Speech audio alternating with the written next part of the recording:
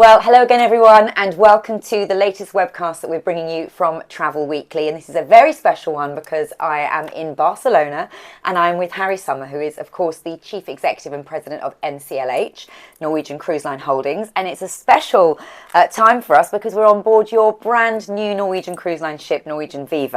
So, Harry, how are you feeling about having this new baby in the fleet? Well, first off, Lucy, thank you for coming on board and joining us today. I hear you had an early morning to come here, Yes. So we appreciate the efforts made.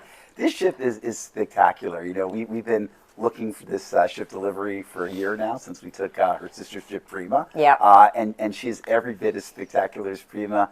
Beautiful spaces, excellent design. Our guests are fantastically happy, so excited to see everything come together. You know, we have these opportunities to visit the shipyard like every 2 or 3 months to see the thing being developed in stages. And every time I came back to the yard, it's like, oh my God, it's like so much further along. But now it's finally done. Here. She's here. And it's really nice to showcase it to our trade and media partners. Absolutely. We will come on to that because you're doing a big program of ship visits, aren't you, for the trade, so that's amazing. But just remind us, Viva is the second in the Prima class. You've got 4 more to come. But Sure. Before we talk about them, is Viva identical to Prima?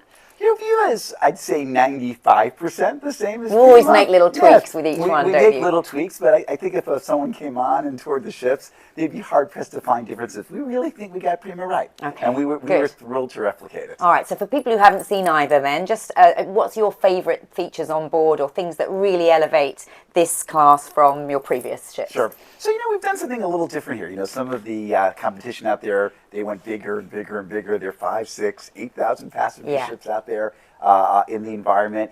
We decided to go a little bit smaller. Yeah. We really think it allows us to provide guests with outstanding experiences on board. So first off, we have a tremendous crew to guest ratio. So there's a ton of crew to get to all of our guests' needs. So that's a better ratio than your other ships then? Yes, This is a better specific to this ratio than class. other ships. Okay. Our cabins are a little bit larger. Yeah. The bathrooms are a little bit larger. Everything's a little bit Shower's larger. very large, actually, Yes, I must say. Haven't been in it yet, but- And the rain shower. Yeah. I thought you started at 3 o'clock. No, I haven't been in it. I will. I'm going to be. I would have been sure you would have already. I'll give you an update. But later on today. Yeah. And we've been able to have lots of nice medium-sized dining venues. I mean, everything from you know, Mexican, Asian, Italian, steak, French, and everything in between. And I love the now I'm not going to know the name of it yet because I haven't been on. The But Indulged Food Hall. yes, that's so clever with the screens where I think it's so brilliant. we have the iPad type Yes. screens to and I think we have something like 10 or 12 different dining venues. Yeah, there's tacos and Asian and the steak, there's everything. And Indian. Yeah, I mean, it is really, really a fantastic guest experience. Okay. People love it's our favorite venue for lunch. Yeah. People go there. You can order from 3 or 4 And it different was really menus. busy actually when I toured today. It's very busy every day. Okay.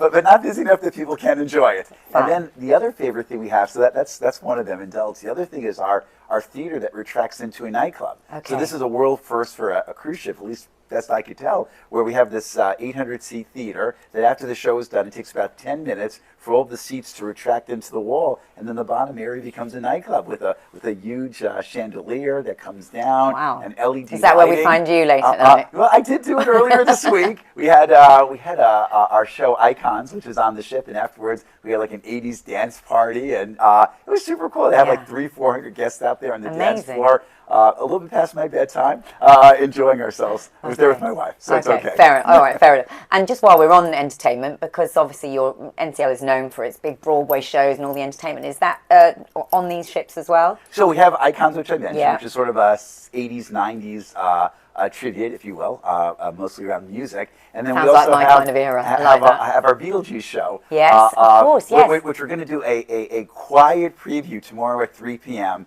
And Jason said he might invite you to come. So if you're a good girl. It's on camera now, so Jason has to. And that'll be the world premiere on our cruise ship. So we're looking forward, and we'll start operating it next week for all of our guests. Okay, all right. So let's then talk about just the others in the series, because obviously there's one more coming every year till 2028. Right. So you're going to be very busy. I'm very, well, you know, not just looking over NCL, but the Oceania and Region brands as well. So we have lots of ships. We have This one, we have one more coming in early 25, one more in early 26, early 27, and early 28. So four more coming. And the 5th and 6th are 20% bigger. So why is that? So the 3rd and 4th are a little bit bigger than this one. Oh, really? Okay. And then the 5th and 6th are a little bit bigger than the 3rd and 4th. Why? When you just said that you like the fact that you were making these smaller, why are you now making the rest bigger? Because we think that we can take that same smaller spaces and intimate things that guests love and just add a few more spaces on the ship and make the guest experience even better than on this ship. So we love the guest experience on this ship. We think it'll be elevated. We have a little bit of innovation coming on those ships. We're actually going to be announcing, the name and some of those innovations on the third ship in the series in just a few months now. So look out for that. I thought you were going to give me the exclusive. I was getting excited. You could nothing, not even a little teaser. Jason's off camera, but he'd be very upset at me if I did that. Okay, all right. But so there's going to be some innovation to come, and also aren't some of the ships going to be using a different fuel that's greener? So when we get to the last two, the 5th and 6th one in the series that are delivering in 27 and 28, they're going to be ready to take green methanol. Right. And green methanol, we think from a well-to-weight basis, is about a 95% reduction in all greenhouse gas emissions. Okay. So we think that will take us seriously to the next level. Yeah. Because every cruise line is slightly doing something. They're following a different path, really, aren't they? I know you're all obviously trying to reduce your emissions, and that's really important. But everyone's sort of opting for slightly different things. Why have you gone for that? We sort of looked at the ecosystem, if you will, that's out there. And LNG is an interesting transitional fuel. It produces a little less carbon, a little less greenhouse gases. But unless you can get to some sort of version of bio LNG, it's not really a zero greenhouse gas. It still emits much greenhouse gas. Better than and I think fuel, everybody's recognized it is a stepping stone to something better. But really more of a transitional fuel. And we wanted to, when we looked at the landscape, we wanted to see what could really take us to a significant 80, 90, 95% reduction in all greenhouse gas. And us and talking to experts believe that that's really the fuel to do it. Okay. And is it? Are you trying that? Sorry, is that the trials on NCL? Or are you doing it on the other brands in the group? We're always looking at new builds, if you will, for the Oceania Regent brand as well. And I'm confident that when we are going to announce new builds for Oceania Regent, which we aren't today, but when we will, my guess is they'll be green methanol ready as well. Okay, all right. So that's your fuel of choice, and I think that sounds great. So I think for the 2030s, that's the right fuel. But we're also excited. We saw Fincantieri, one of the ship builders that we use in Italy, announcing a partnership with a company that can do nuclear power. We think that's more maybe for the 2040s and beyond. Yeah. But that could be the next step. But I guess that's things you're having to look at now, seeing what it. Oh, absolutely. I mean, it takes years to develop that type of technology. And the technology they're looking at actually involves like sort of fueling the ship up once every 10 years, which is super exciting and zero emissions of any type. So green methanol for the 2030s, maybe nuclear for the 2040s.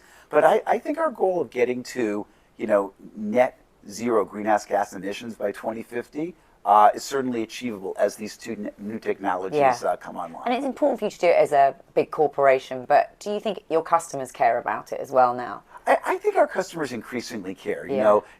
When it becomes a little bit more real, when it's just theoretical and scientific, people don't really have it front of mind. But I think some of the things that we've seen this year with extreme hot weather, especially across Europe and North America, has again brought this front and center, if you will. So they want to know that you're doing everything you can and you're behaving really responsibly. And we announced real targets for 2026 and 2030 that we're actually going to reduce our emissions. Not just on new and you'll hit those targets, and then you're saying you'll actually get to zero by 2050. Brilliant. Yeah. Okay. We're committed. Oh, you are. That's fantastic to hear.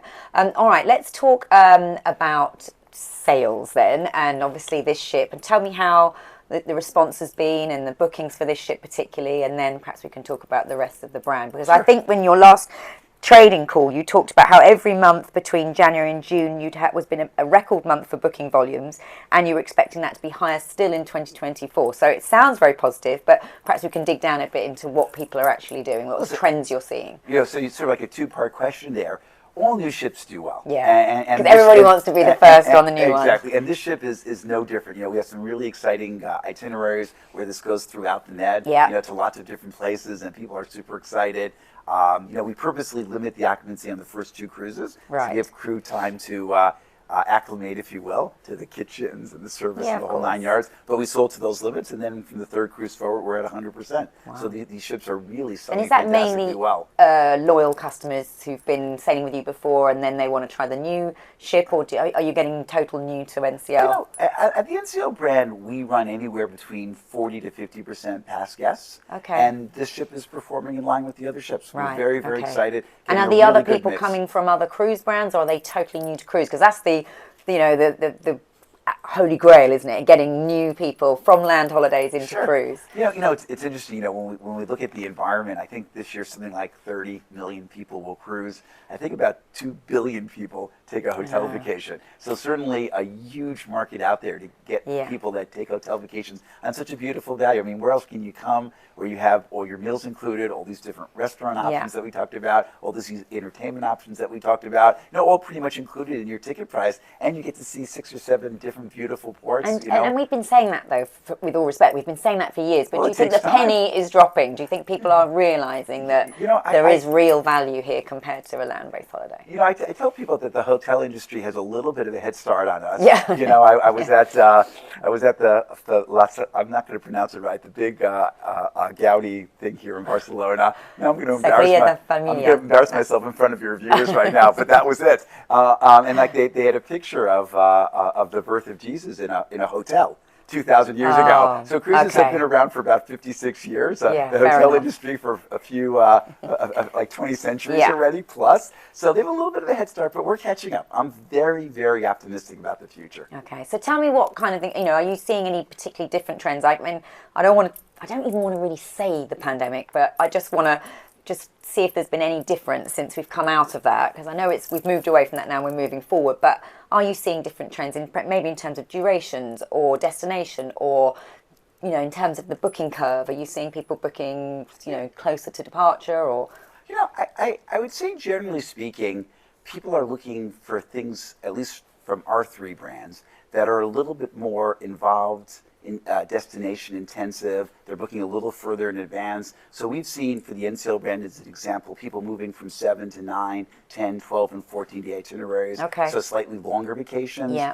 We do a lot of things in the promotional space, especially in the UK. Most of your listeners are, where we bundle airfare in, and people really like if you will, the convenience of having sort of a one-stop shop. We've seen tremendous support from the trade community. Obviously, many of them had to go away from cruise when we were shut down for 500 days, but really, really bouncing back, and we're thrilled with the trade support we're getting for our products. And you're also offering commission on some non-commissionable fares for bookings that are made out of 120 days out. So tell me why you're doing that then. Because we believe that we maximize our profitability when we get the trade community fully behind us. We can't win without them, and we want to do everything in our toolkit, if you will, not just in terms of paying commission on non-commissionable fares. I think we're one of the only major cruise lines to do that, but also tremendous marketing support. But that must have gone down training. well. Is that given a good result to you?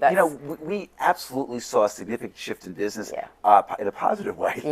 But not just for voyages more than 120 days in advance. Once travel agents become comfortable, if you will, or preference us more in that arena, we saw more bookings within 120 days as well. Okay. So that was a win-win all around. Oh, brilliant. Okay. Yes. Now, you've got agents on board today on this sailing. I think you had, and I'm talking about the UK ones, you've got a group here. You had a group last week as well. I think it's part of 1,500 agents I think you're trying to get on between May and October. We're committed. So is that more, would you say, than ever before? And then, again, why are you doing this big program of ship visits for the trade? We believe that the single biggest thing that we can do to get travel agents to sell our product is to experience our product. So we can talk to blue in the face about how beautiful the product is, what a wonderful guest experience, all the choices that guests have involved, and the wonderful times they have on board. But a travel agent comes and sees it for themselves, and then they really believe. And that's what we're committed to doing. And so you absolutely see an uptick then if someone has been on board. Do they, do you track then when they make their first booking, or how does it work? So I would say about like 90 to 95% of them do better once they're on board. The other 5% came in for a free vacation. but we'll take those odds. Exactly. 95% is good, isn't it? No, I know they're probably, we just need to get them to do loads of social media and, spread the word. And so I'm sure they're doing that. Now, one question that the UK, all these people watching this will want to know is whether you're ever going to bring one of your lovely newer ships and base it out of the UK. So the Prima already does do cruises between Southampton and Reykjavik all summer long. Okay. So we like that. Yes. Has that gone well? And that's been a fantastic success, which is, we did it last year, which is why we're doing it this year. Yeah. We're going to be doing it next year again. But so anywhere, maybe going down to the Med or... We occasionally run cruises from Southampton down to Lisbon and things like that, but it's not been a huge demand from customers. So they really love this new run from Southampton to Reykjavik, and then this ship going all through the Med from Lisbon all the way to Istanbul. Been a huge success for us as well. Okay, so they've been real winners for the UK market. And we love those Brits getting on the airplanes. There's a beautiful airport here in Barcelona. There's one in Lisbon. They're all over the... I know, but we did have quite a lot of problems with flight cancellations and disruption at airports, and then of course ex-UK cruising did become quite popular for a while. Getting much better lately. All right, okay. Getting much better. All right, so as you say, the Reykjavik sailings are back on, so that's really popular and it's selling well, and no other plans to do anything else from ex-UK side of things? Not at the current time. Okay, all right, fair enough.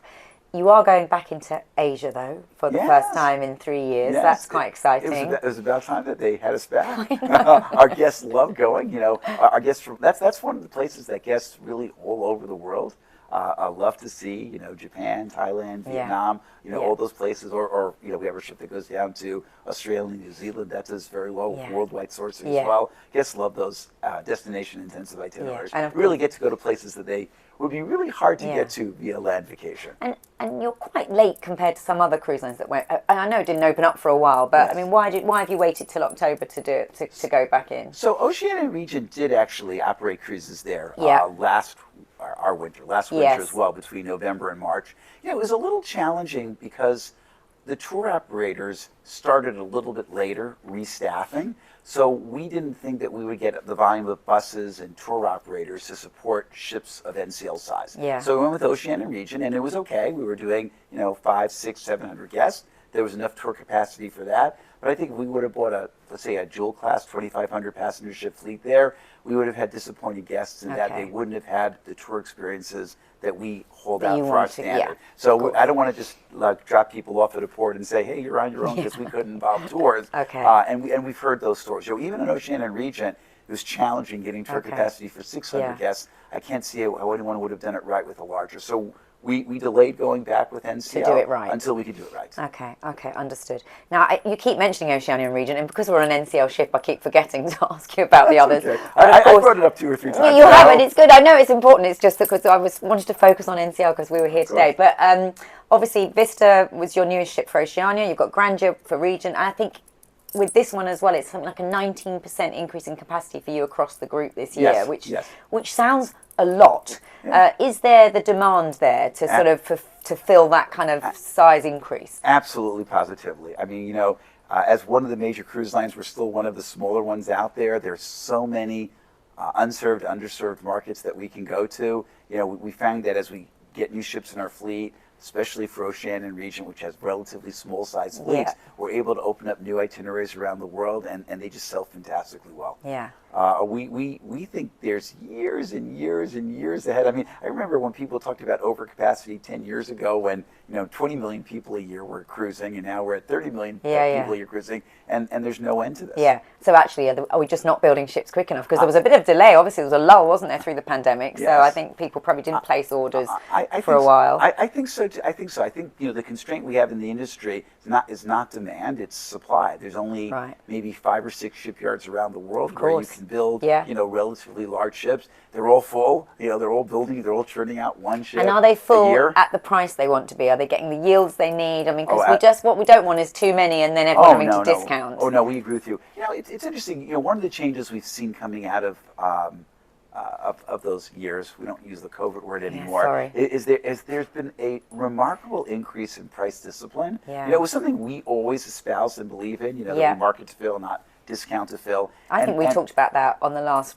webcast we did together. You were really sort of strict about it and saying we're confident we can keep that way. And I was wondering whether it would last, but you're saying it has so far. And I think we've seen some of the competitive set get a little bit more disciplined on that as well. Okay. Which obviously is a benefit for all of us. Yeah. And with that value gap against hotel resortifications, we think we have room for meaningful price increases over time. Okay. The message is then to book early, because you think prices will go up. Book early to get the best price, to get the best itinerary, to get the best ship, the best cabin. Of course. Absolutely. It's always the best way to plan. That's how I plan my vacations. Yes, well, we always want to follow what you're doing, Harry. You know best. I'm only going on 8 cruises this year. Only 8? Only 8. I'm a believer. Well, you have to share the love, I guess, around your 3 brands. So in terms of then the price increases, do you think they'll come ready for 2024? I mean, will that come in soon? Because you're putting your programs on sale everyone's putting them on much earlier. You've got 25, 26 in some cases. Yes. So, we like to be between 60 to 65% full for the next 12 months of voyages. Okay, makes you feel better. Well, it's also we think the ideal booking curve, across our 3 brands. A little bit more for Oceania region, a little, not much, a tiny bit less for NCL. So you think by December 31st, we'll be 2/3 full, for 2024, and it's only a few months away now. Gosh. I mean, we're already over that. So you need to have 25 on sale. Absolutely. Okay. Yeah, I think we have 25 on sale pretty much at least through October of 25 across all 3 of our fleets and brands. Your strategy is just to keep opening up other parts of the world, is it? Or are you also looking at your own private islands? I know everyone's got one, but some lines are really going down that route and saying that's kind of going to be their USP. What's your view on the kind of private island side of things? It's an interesting point. We found our guests are looking for slightly more premium destinations and premium experiences. So I think that's great that there's a market for people that want to primarily do a 3 or 4 night vacations, a water park or a private island, and that's fine. It's fantastic. Yeah. It's good for the industry, good to get people excited. But we're taking people to really interesting places in Europe, Asia, Australia, South America, Alaska, Canada, New England, all over the world, and our guests seem to like that. Okay, is there anywhere that you don't go that you want to go? Well, other than the polar regions, I guess, until you get a nice break, a nice big ship. Polar class ship. Yeah. We go everywhere we want to go, but we'd like to go there more. So we'd like to see more ships enter our fleet over time. We still have a relatively young fleet, a relatively small fleet, and we think we can add capacity to take even more guests to these wonderful places around the world. Okay, and obviously agents, we should finish on them. They are key, as you said, to that. So have you got any message, you can look into that camera, Harry, any message for the UK trade who will be watching this today? Listen, I'll just say from the bottom of my heart, we are 100% committed to the trade. Lucy and I discussed our program with non-commissionable affairs, that we pay commission on them, what we do with marketing support, training support, inviting you to come on ships to experience the product yourself. We are 100% committed. We win together, and we will do everything in our power to make you a success because you make us a success. Brilliant. There you go. Couldn't have said it any better, Harry. We're so grateful for you having us on board. I'm here for 3 days. I've already been on that slide, which is insane, the drop. Your daughter forced you. Yes, she did. So, and I'm obviously going to experience a lot more when I'm on. My sister-in-law forced me, so there you go. Okay, so we're both kicking and screaming. We both got pressure. All right, well, thank you for your time, and we wish pleasure. you all the best with Viva and obviously the other ships to come, so thank you so much. Thank you.